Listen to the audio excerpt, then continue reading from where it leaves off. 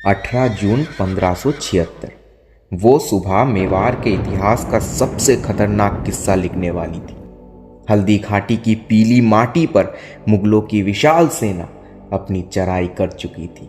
अकबर के बढ़ते साम्राज्य के बीच सिर्फ मेवाड़ था और आज वो उस पावन भूमि पर अपना कब्जा करने वाला था। लेकिन ये काम इतना आसान नहीं था, क्योंकि उसी हल्दी घाटी के दूसरे छोर पर मेवाड़ के सबसे बहादुर योद्धा खड़ा था। 6.5 फुट ऊंचे उस शक्तिशाली योद्धा की फौज भले ही मुगलों से 4 गुना कम थी, लेकिन उसका शौर्य मुगलों के पूरे साम्राज्य से कहीं अधिक था। वो अपनी मातृभूमि के लिए मरने और मारने आए थे, और उनमें सबसे आगे वो योद्धा खुद खड़ा था। उसकी तलवार के आगे मुगलों की लाशें बेचती चली गई, और अगले 3 घंटों के अंदर मुगलों की सेना उल्टे पांव भागने लगी। ये दिन था हल्दी घाटी के महायुद्ध का, और वो महान योद्धा कोई और नहीं बल्कि महान हिंदू राजा महाराणा प्रताप थे। 16वीं शताब्दी आते आते मुगल साम्राज्य उत्तर भारत पर अपना कब्जा जमा चुका था, और धीरे धीरे भारत के बीचों बीच अपना कब्जा जमा रहा था।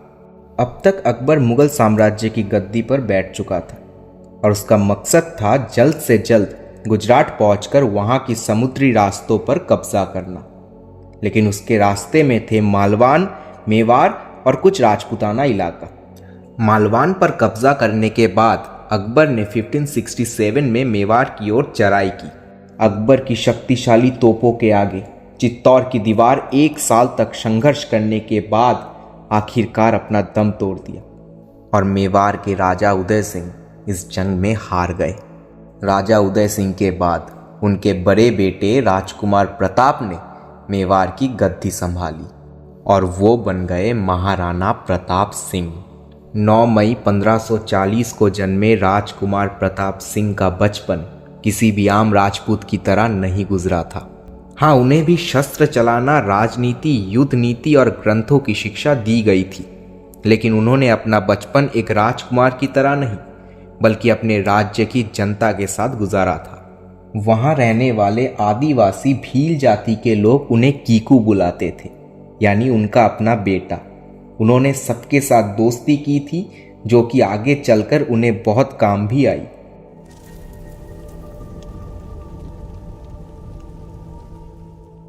महाराणा प्रताप के राजा बनते ही अकबर ने अपने मुख्य सूबेदार को एक शांतिनामा लेकर उनके पास भेजा।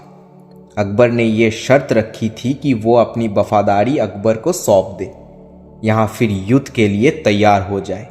इस वजह से मेवाड़ की आर्थिक स्थिति खराब हो रही थी, और उनके पास एक बड़ी सेना भी नहीं थी।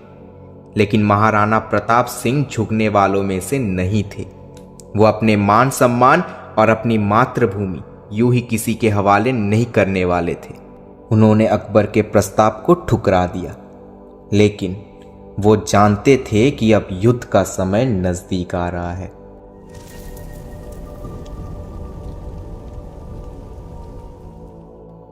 जून 1576 युद्ध का दिन। अकबर की ओर से मान सिंह महाराणा प्रताप के खिलाफ मेवाड़ पर चढ़ाई कर रहे थे, पर महाराणा प्रताप ने हमले से बचने के लिए पहले ही काफी तैयारी की हुई थी। हल्दी घाटी का इलाका 2 तरफ से बड़े बड़े पहाड़ों से घिरा था।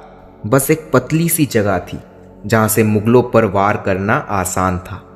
लेकिन मुगल की सेना ना सिर्फ महाराणा प्रताप की सेना से 4 गुना बड़ी थी, बल्कि उनके सैनिकों के पास बंदूक भी थी। महाराणा प्रताप की सेनापति ने सीधा सामने से मुगल सेना पर वार किया, और उनका ये प्लान भी सफल हुआ। मुगल सेना इस अचानक हुए हमले को झेल नहीं पाई, और महाराणा प्रताप की सेना ने सिर्फ 3 घंटे में ही बाईं ओर से मुगल सेना को खदेड़ दिया। और अब दाईं ओर से भी पूरी जी जान के साथ राजपूत मुगल को खदेड़ने में लगे हुए थे। परंतु अब मान सिंह खुद कमान संभालकर उस तरफ आ गया। मान सिंह की मदद से मुगलों की ताकत बढ़ गई, और दोनों सेनाएं एक घोर युद्ध में छिड़ गई। एड़ी चोटी का दम लगाकर दोनों एक दूसरे को कड़ी टक्कर दे रहे थे, उस समय तक महाराणा खुद जंग में शामिल हो चुके थे। कहते हैं 7 फुट के महाराणा प्रताप सिंह का कवच 80 किलो का होता था और उनकी तलवार 10 किलो की, जिसकी धार इतनी तेज थी कि किसी भी सिपाही को अपने घोड़े समेत एक ही बार में काट दे। मुगल सिपाही महाराणा प्रताप को देखकर ही कांप उठे। अपने घोड़े चेतक पर सवार महाराणा की तलवार से मुगल सेना की लाशें बीचती चली गई।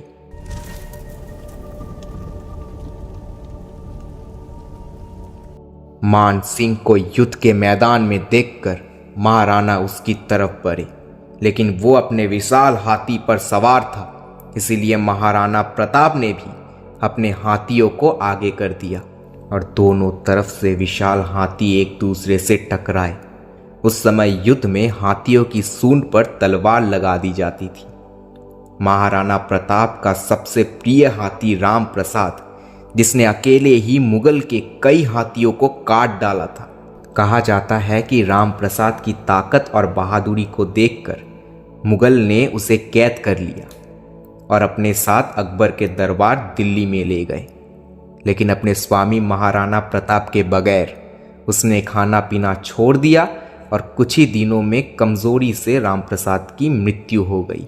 हल्दी घाटी में जंग के मैदान पर अब मुगल की सेना राजपूतों पर भारी पड़ रही थी। मुगल के बंदूकबाज सिपाहियों ने राजपूतों के कई हाथियों और सैकड़ों सिपाहियों को मार गिराया। राजपूत अब कमजोर पड़ने लगे थे।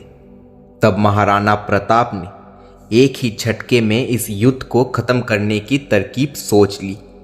उन्होंने अपने घोड़े चेतक को पूरी रफ्तार के साथ मान सिंह की हाथी की ओर बढ़ाया।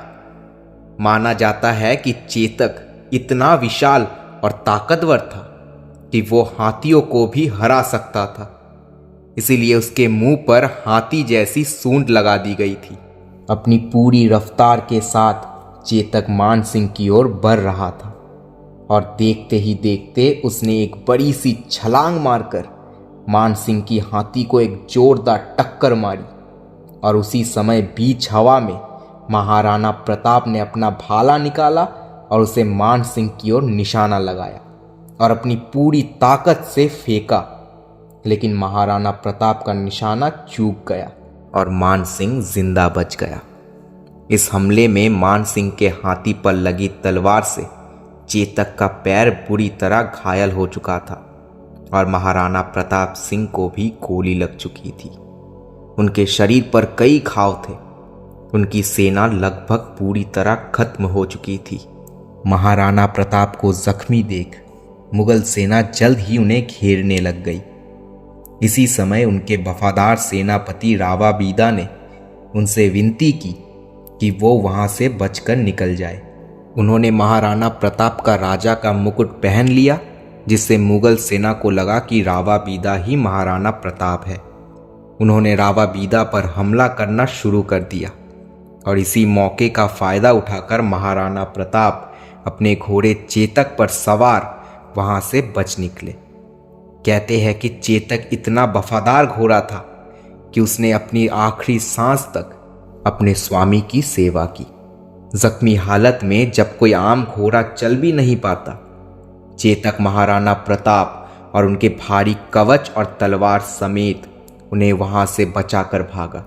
ना सिर्फ ये, बल्कि दौड़ते दौड़ते उसने एक 21 फीट लंबी छलांग लगाकर महाराणा प्रताप को सुरक्षित जगह पर पहुंचाया और तब चेतक ने अपनी आखिरी सांस ली।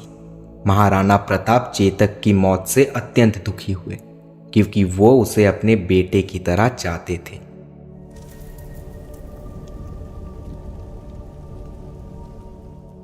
हमारी इतिहास की किताब की माने तो हल्दी घाटी का युद्ध वही खत्म हो गया था और अकबर की जीत हुई थी, जबकि ऐसा बिल्कुल नहीं है। ना ही अकबर महाराणा प्रताप को हरा पाया, ना ही उन्हें मार पाया। उसने मेवाड़ पर कब्जा जरूर कर लिया था, लेकिन मेवाड़ की रक्षा करने के लिए महाराणा प्रताप सिंह अभी जिंदा थे।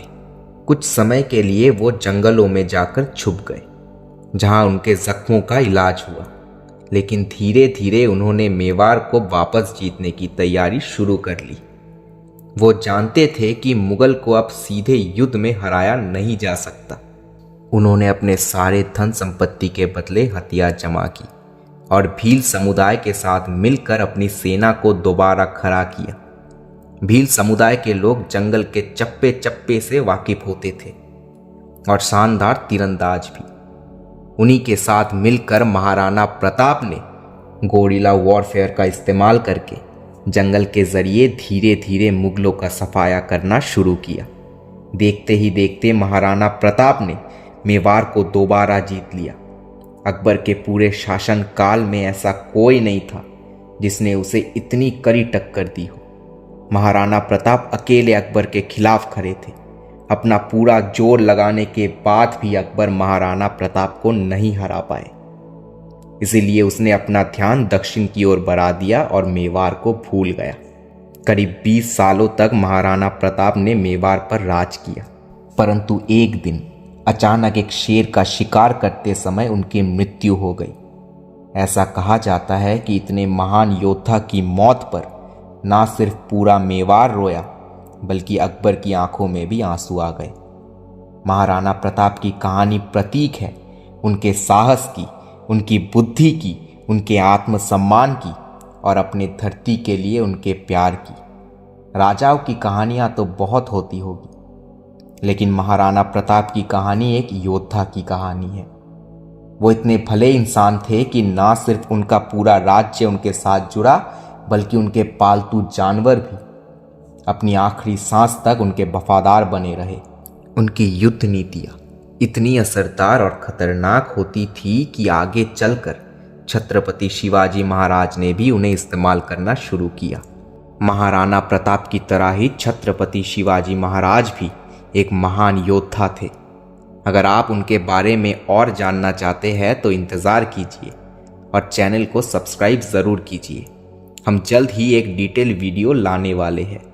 आपकी प्रतिक्रियाएं हमें कमेंट सेक्शन में ज़रूर बताएं और अगर आपको ये वीडियो पसंद आई हो तो इसे लाइक और शेयर ज़रूर कीजिए और ऐसे ही अनकही कहानियों के लिए हमारे चैनल को सब्सक्राइब कर दीजिए। मिलते हैं अगले वीडियो में।